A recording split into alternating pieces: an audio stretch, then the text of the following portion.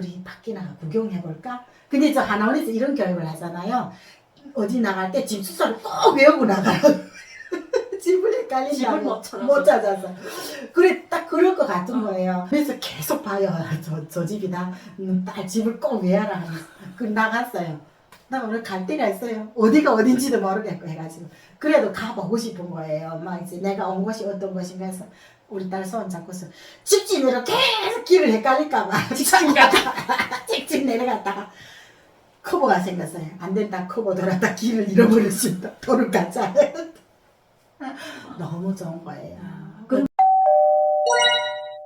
우리가 그 지켜서에 딱 들어가니까 어떤 여자가 하나 앉아있는데 난 귀신인 줄 알았어요. 설마 우리를 저기 같이 들여보내는 건 아니겠지 했는데 거기를 들여보내는 거예요. 근데 딱 들어가니까 세상에 머리가 하얘가지고 앉아있으니까 내가 말했잖아 귀신 같다고. 할머니가 아니에요. 그 머리 하얀 게 왜 하얀지 알아요? 썩해가 있잖아요. 머리카락마다 있잖아. 완전 땡줄을 서 있는 거예요.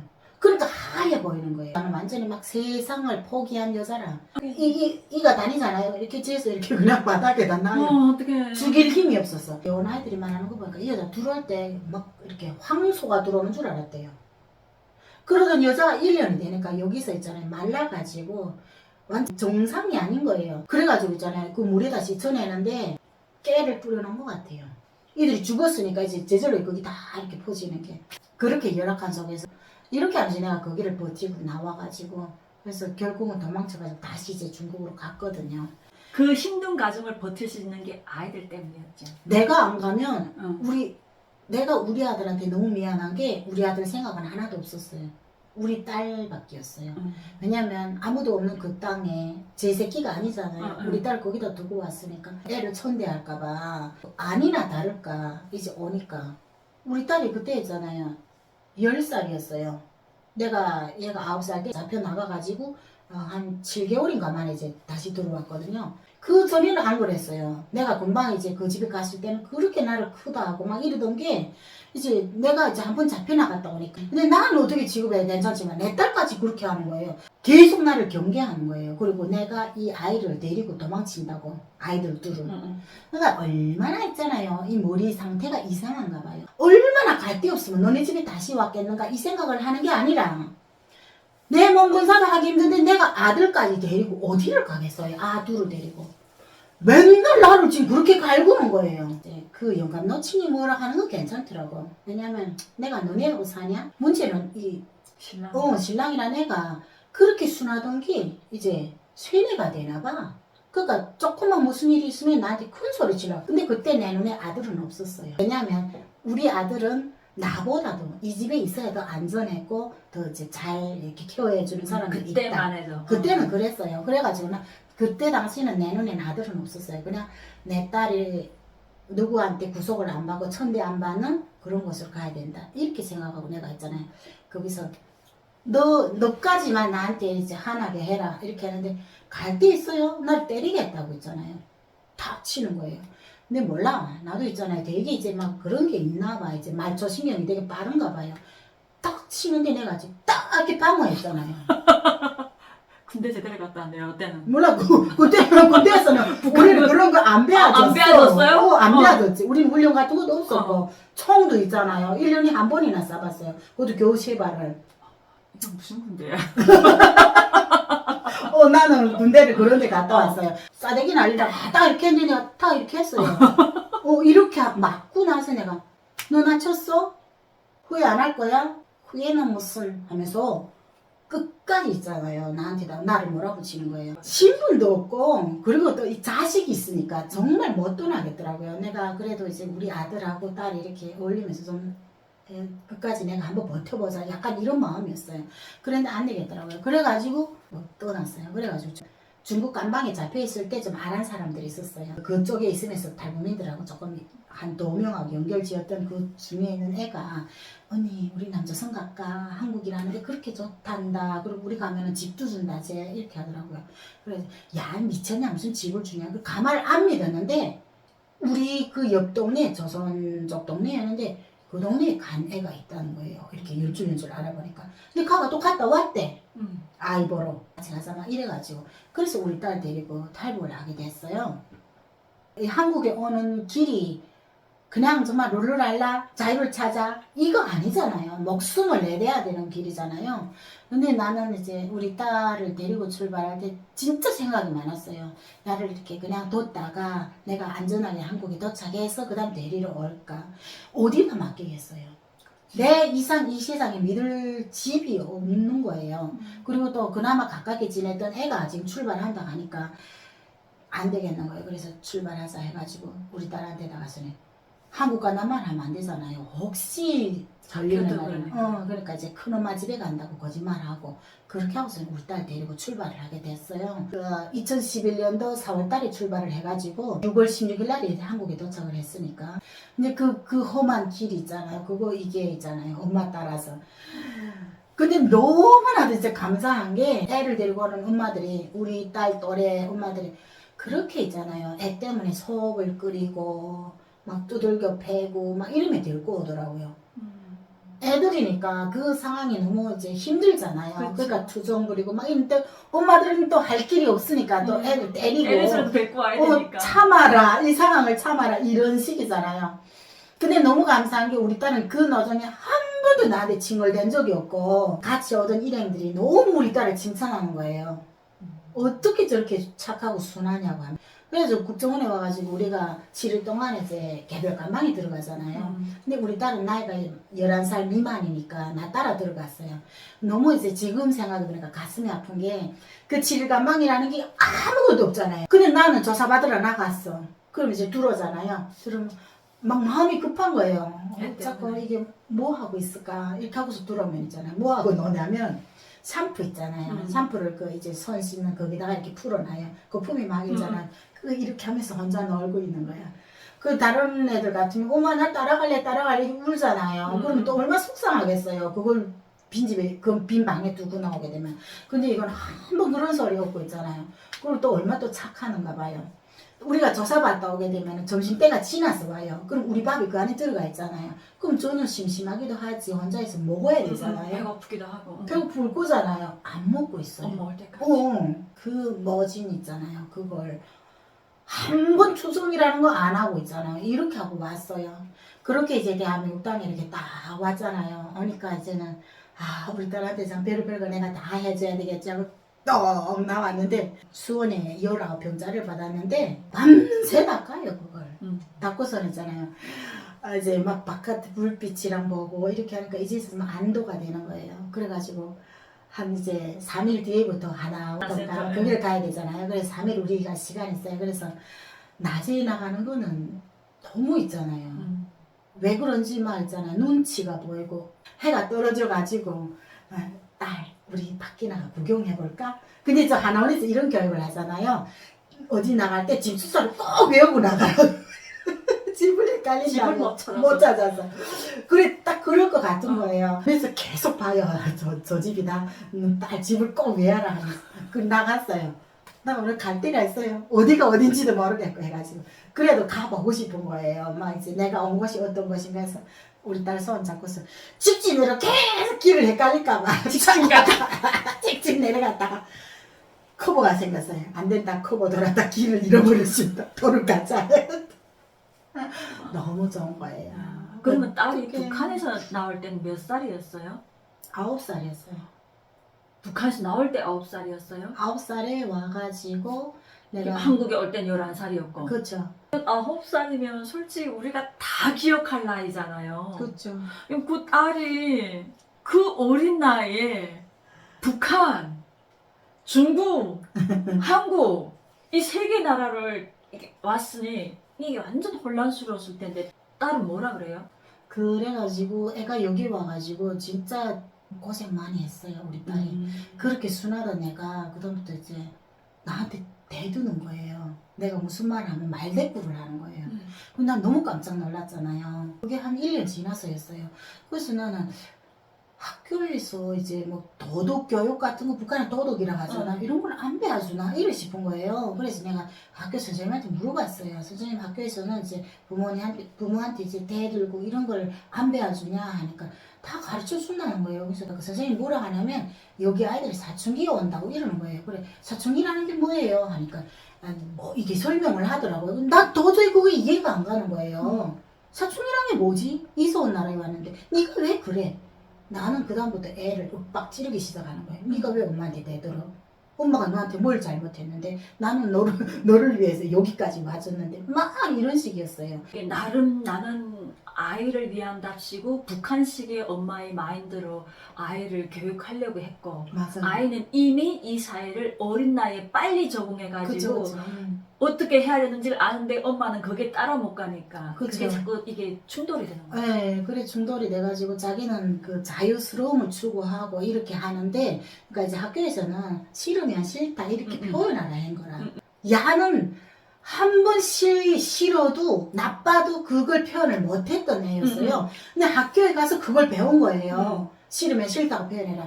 근데 그 싫은 걸 표현한다고 나는 얘를 윽박지른 거예요. 너 왜 그래? 엄마 하라고 하잖아. 왜 너 안 해? 막 이렇게 된 거예요. 그러니까 이제 계속 충돌이 일어난 거예요. 근데 나는 그 원인을 몰랐어요. 그리고 애가 그렇게 하니까 그 다음에 나는 이 속이 다 뒤집어지겠더라고. 그때 담당 형사님 고생 많았어요. 옆에서. 내 전부인데 네가 어. 내 전부인데 난 어. 너를 위해서 이렇게 여기까지 왔는데 네가 왜 이렇게까지 하냐. 아, 그래갖고 너무 속상했어요. 근데 담당 형사님이 그렇게 하더라고요. 애가 문제인 게 아니고 엄마가 문제인 것 같다. 근데 나 그 소리 깜짝 놀랐잖아. 이 형사님이 뭘 모른다. 내가 왜 문제지? 그러면서 상담 받아보라는 거예요. 그래, 아, 형사님, 내가 왜 상담을 받아야 되는데요? 내가 뭐 때문에 상담을 받아야 되는데 그거 자체를 이해를 못했어요. 우리 딸이 이제는 다 커가지고 이제는 엄마를 위로하고 내 친구나 같아요. 그렇죠. 내가 속상한 거 이제 우리 딸하고 이제 토의를 하고. 딸은 지금도 북한에 때 기억을 하고 있어요. 내가 북한 소리를 잘 안 하려고 하고 북한에 아직도 돈을 보내야 되잖아요. 그래 이제 돈을 보내느라 보니까 우리 딸한테 용돈도 많이 못 줄 때가 있어요. 그러면 내가 이렇게 말해요. 아, 딸 너 이제 북한에서 살던 때 생각나? 하면 조금 생각나지? 이렇게 해요. 그럼 너무 힘들잖아. 배도 고프고. 근데 이제 사촌 오빠들이잖아요. 오빠들이 이렇게 배고프고 우리 언니를 있잖아요. 북한에서는 이모 큰엄마 말하잖아요. 그래, 큰엄마. 큰엄마도 이렇게 힘들게 살고 있는데 어떡하겠니? 네가 조금 못 쓰면 조금 좀 덜 아끼게 되면 큰엄마랑은 먹고 살 수 있는데 그 네가 좀 이해를 해. 우리가 절대로 북한을 외면하면 안 돼. 이렇게 말하는데 다른 애들 같으면 아, 우리가 왜 그래? 이렇게 한대. 근데 저건 있잖아요. 알았어, 엄마 하고 싶은 대로 해. 이런 식인 거예요. 착하다. 너무 착한 거예요. 그래서 이제 딸에 대한 걱정은 이제는 없어요. 우리 아들도 있잖아요, 중국에. 그렇지. 그리고 그 아들 지금 언지 몇 년 됐죠? 이제? 3년 됐어요. 사실 중국에 있을 때는 아들 생각할 여력이 없었어요. 아들에 대한 이제 좀 미안하고 막 아들이 보고 싶고 이래가지고 도망쳐 나왔으니까 계속 이제 그 사람들은 나를 잡으려고 하잖아요. 그러니까 이제 친구들을 통해가지고 집이 사는 건 괜찮았고 먹는 거는 괜찮았어요. 근데 돈을 안 써요, 중국 사람들은. 그래가지고 애가 우유라던가 햄 막 이런 거 잘 못 먹고 살았거든요. 그래서 그런 걸 내가 이제 박스채로 이렇게 해서 보내요. 애한테 과일이랑 해서. 그러면 애가 있잖아요. 엄마가 항상 자기를 이렇게 지켜보고 있다는 이런 게 머릿속에 좀 있으라고. 그리고 내가 언젠가 자리 잡으면 너를 데리러 꼭 오마. 이렇게 마음속으로 항상 다짐을 하고 있었던 터라. 그러다가 내가 이제 한국에 왔잖아요. 한국에 오니까 너무 좋아.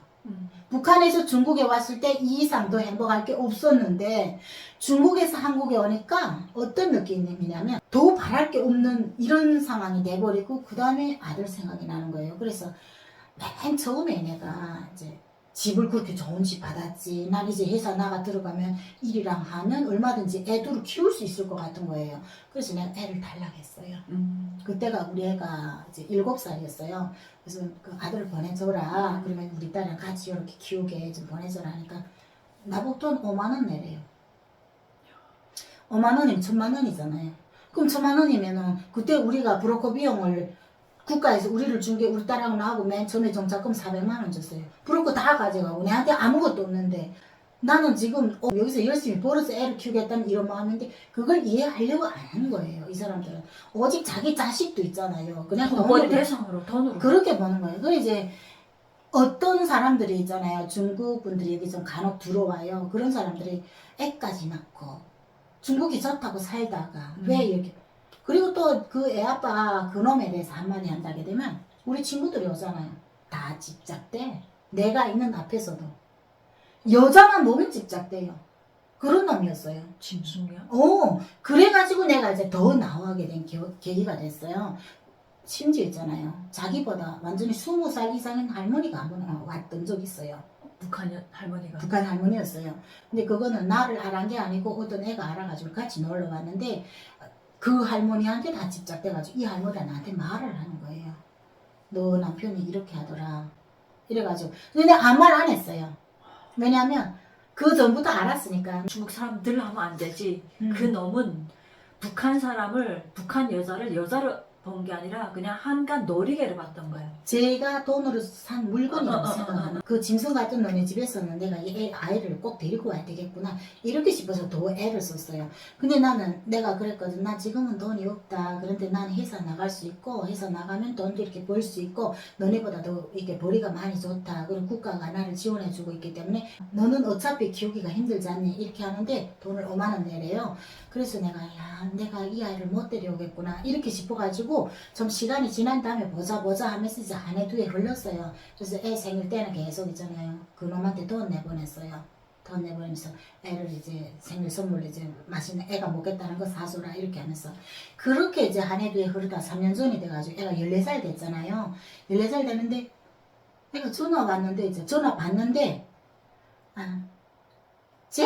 누나야 목소리 띠띠띠 이렇게 하던 게 목소리가 탁 톤이 변한 거예요. 어른 목소리로. 그냥 마음이 있잖아요. 얘를 내가 공략을 해야 되겠구나 이래 싶었어요. 그래가지고 아들아 너 한국에 안 올래? 하니까 나 뭐 가고는 싶은데 어떻게 가니? 이렇게 하는 거예요. 근데 우리 딸이 정말 더 잘해요. 우리 딸하고 나는 얼굴이 하얗잖아요. 그러니까 누나야 너네는 엄마랑 누나랑 얼굴이 어떻게 그렇게 하얗니? 이렇게 물어보더래. 그래서 우리 딸이 너도 한국에 오면 잘 먹고 이제 좋은 환경에서 얼마든지 하얗게 된다. 동생하고 올래? 하니까 나 가고 싶은데 어떡해. 너 아버지한테다가 나는 엄마한테 가겠다고 딱 말해라. 그러면 엄마가 무조건 너를 데리고 올 수가 있다. 하니까 그러면 되는 거야. 그래. 그러면 된다. 그래서 너만 꼭 오겠다고 이렇게 해라. 그러니까 있잖아요. 야가지 간다고 보내달라고 막 들어 누운 거예요. 밥도 안 먹고. 잘했네. 야가 또 잘 먹어. 그러니까 이게 밥을 안 먹을 정도니까 오죽하겠어요. 이것들이 알을 잡아 죽일 것 같은 거예요. 그래가지고 너 그럼 어떻게 야 데리고 가겠냐 이렇게 하더라고요. 그래서 보낼래? 하니까 보낸대요. 니 보내겠다 하면 내가 얼마든지 다 한다. 그래가지고 있잖아요. 수속을 하기 시작했어요. 그래서 아이를 데려왔어요. 데려왔는데 키는 꼭대룩하게 비행장에 지금 나갔어요. 마중 나갔는데 지금 7년 만에 보잖아요. 우리 아들 이름 적어가지고 이렇게 들고 나갔어요. 뭐 알아볼까봐. 이렇게 하고 나갔는데 뭐 알아본다니 뭐예요? 어느 그 대바람에 표가 나지. 그래 내 새끼인데 왜 모르겠어요. 그리고 새카만 게 있잖아. 키만 꼭대룩 삐쭉 말란 게 있잖아. 이렇게 오는 거라 저쪽에서. 그래가지고 막 안고 있잖아요. 막 너무 눈물 나는 거예요. 그동안 못 해준 게. 그래가지고 이제 데리고 들어왔어요. 데리고 들어오니까 그럼 그런 애들은 어떻게 돼요? 올 때 중국 여권으로 들어와요? 대한민국 정부에서 무슨 이렇게 수속해 주는 게 있어요? 중국 여권이 있는데 네. 이제 내가 국정원에 와가지고 아들이 얘기를 했잖아요. 네. 그러면 걔는 나한테 원래 붙어 있어요. 내 아들로. 네. 근데 그게 이제 가족관계 증명서를 떼면 나오지 않을 뿐이지 국정원 그 안에는 다 있더라고요. 그럼 내가 데리고 올 때는 어떤 수속이 있어요? 수속이 좀 복잡해요. 복잡하긴 한데 그것도 전문해주는 그런 업체가 있어요. 그 업체에다가 이제 의뢰를 하게 되면 얼마든지 그게 수순이 밟아져요. 그러면 그런 비행장에서 국정원 암들하고 야는 바로 집으로 오는 거예요? 오지. 중국에 있던 애들은 국정원에 안 가요. 근데 이제 북한에서 직접 데려오는 애들은 국정원 다 국정원 거쳐가지고 나한테. 그래가지고 애가 왔는데 있잖아요. 집에 딱 들어왔을 때 제일 처음 중국에 그런 데서 살다가 엄마 집에 딱 들어오니까 뭐래요 애가? 밥을 3그릇을 먹더라고요. 밥을 있잖아. 공기밥을 이렇게 우리는 적당히 담잖아요. 제가 알아가지고 있잖아요. 막 하나 줬는데 2개를 더 갖다 먹더라고요. 그렇게 먹더니 있잖아요. 그 방 안에 있잖아요. 우리 딸이 이제 나갔으니까 그때 대학생이었으니까 나갔으니까 우리 딸 방을 이렇게 우리 아들 있게 했어요. 그리고 우리 딸은 저쪽에 책방을 쓰게 하고 그래서 우리 딸도 오게 되고 이렇게 하는데 어쩌는가 해가지고 이렇게 문을 살짝 열고 봤어요. 보니까 있잖아요. 그 벽에 있는 이제 그린 액자들이랑 다 만져보는 거예요. 어떤가 해가지고 그게 이제 북한에서 우리 딸을 데려왔을 때 그거 느끼는 거라 우리 아들이. 아니 금방 중국에 왔을 때 막 별 오만 때만 게 신기했던 다 게. 신기하지 우리 딸이 그때. 그랬는데 우리 아들이 지금 그런 거예요. 다 신기해가지고 있잖아요. 막 이러더라고요. 그 다음에 휴대폰도 있잖아요. 다 개통해가지고 주고 이렇게 하니까 휴대폰도 그 하는 방법이랑 다 해주고 있잖아요. 이렇게 해놨는데 우리 아들이 거기서 얼마나 있잖아요. 이제 전략 정신이라고 해야 되겠나 뭐라고 해야 돼요. 밥이 있는데 애한테 나는 또 다른 거 먹이고 싶은 거잖아요. 중국 음식이랑. 그래가지고 아들 우리 나가서 먹자 하니까 뭐라 하잖아요. 집에 먹을 게 많은데 왜 나가 먹냐. 외식 개념이 없는 거예요. 아가. 중국은 거의 그 농촌은 또 너무 외식을 안 그렇지. 하잖아요. 예. 그렇게 하고 내가 그쪽에서 살다 보니까 라면도 없잖아요. 라면도 배난이 못 먹어요. 안 사놓으니까. 근데 난 라면을 우리 아들이 먹으라고 저기다가 이제 막 박스 채로 이렇게 장재놨어요. 그럼 뭐 라면을 많이 사놨다 하면 시청자분들께서도 뭐라 하겠다. 아, 저거 라면은 북한은 부자들만 먹는 거예요. 중국도 같아요. 근데 저도 그래요. 근데 중국도 같아요. 저도 지금도 있잖아요. 뭔가 쌓아놓고 먹는 거. 그러니까 없이 살아서 그런지 이제는 대한민국에서는 그냥 아무 때나 밤에도 24시간 있잖아. 내려가면 살 수 있는데도 라면을 꼭 2개 사서 벌써 하나 없어지고 하나밖에 안 남자. 그럼 다음날 가서 꼭 또 2개를 만들어놔야 돼. 맞아요. 그래가지고 우리 아들한테 막 먹고 싶은 것들 막 라면도 여러 가지 종류별로 해서 꽉 쌓아놨어요. 집안에 놨다가 자리가 없어 이제 복도에다가 있잖아요. 쫙 쌓아놨어요. 그렇게 해놨지 하니까 아가 벌써 이제 막 좋은데 투정이 시작되나